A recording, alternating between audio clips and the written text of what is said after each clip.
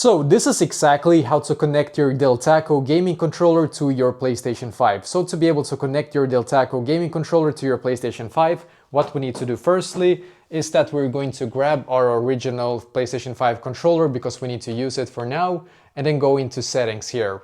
And then on settings, what you're going to do in here is to just scroll down and click on accessories, and then click on general, and then click on Bluetooth accessories here, as you can see. And now we can grab our DELTACO gaming controller, and then we need to click on this button but also this one at the same time to be able to put it into pairing mode. So you can see now when it flashes like this, it's in pairing mode. And then what I'm going to do, I'm going to grab the other controller again and find the DualShock 4 wireless controller here, as you can see. Just click on it and then click on yes.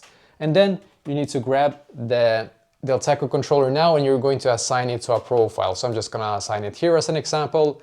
And now you can see you should be able to use it. It's unfortunately not the best because when you actually connect it, it doesn't have like the best like abilities to be used on PlayStation 5, but you can see you can go into home here as an example, but it's not working, it's not gonna work perfectly for you, you can see.